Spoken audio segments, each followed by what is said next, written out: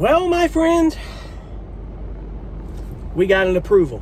I love it, from the county. We're ready to rock on this deal. Now I've got to round up everybody and coordinate. It's going to be a little bit of work. I've got to get with Legacy and get all that done, get everything done. I got to get the windows ordered. But I dropped off some paperwork today. I had to fill out a new affidavit, that saying that I was going to be the resident for 2 years because apparently it was the wrong one. It had to have the TMS number on it. And some detailed paperwork, and I got him all that. And when I was standing there at the window, he was like, "Are you busy?" I said, "No, not at the moment." He goes, "Can you wait 15, 20 minutes? All I have to do is put this in the system. I'll have you approved." Done. Yes. I'm good. I'll wait 15, 20 minutes. Permits, fees, about $875. But hey, you're building a house. That's just what it is. The county's going to get their money. That's the way it is.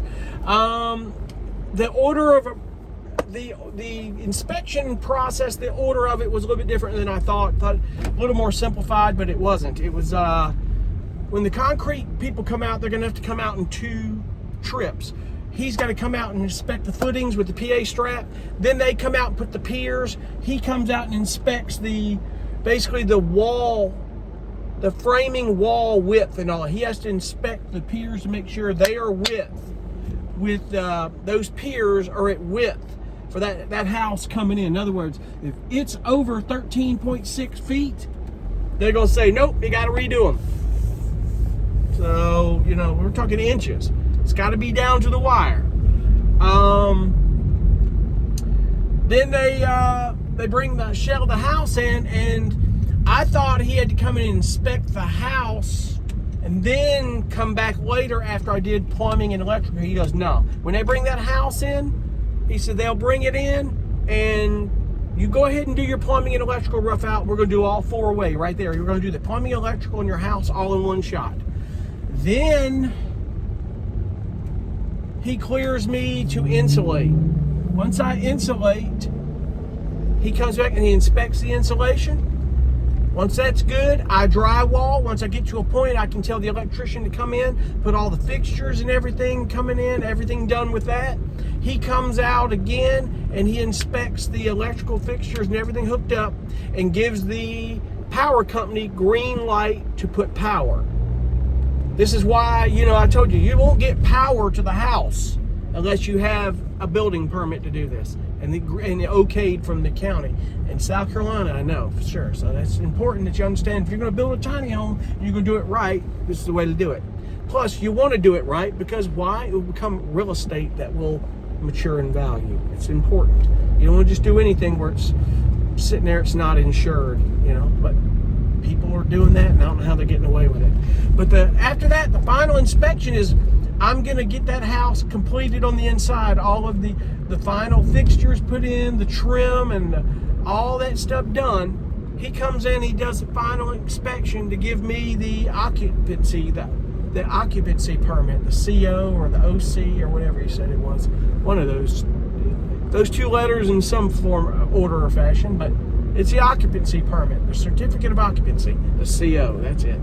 But be it that it may, once I get that, we're good to go. The house will be done, the insurance company will have what they need, but it's all a process. So we've got approval. Now I need to get online with Legacy, go up there. I got to get the windows ordered, get with them to get this thing done and ready to go. So when I put this paperwork on April 27th, it was almost 6 weeks to the mark. It was about 5 weeks actually, because May 27th, about 5 weeks it took to approve this. That's how backed up these guys are. So anyway, we've got approval and we're ready to go. Just have to do things one at a time. I've got to run the water line first. We're going to get that done. He said I don't have to leave anything open in the ground for him. That's all city water and sewer. Didn't even ask about the plumber. He didn't even ask, didn't even ask me about who's connecting that to city things. So we're good.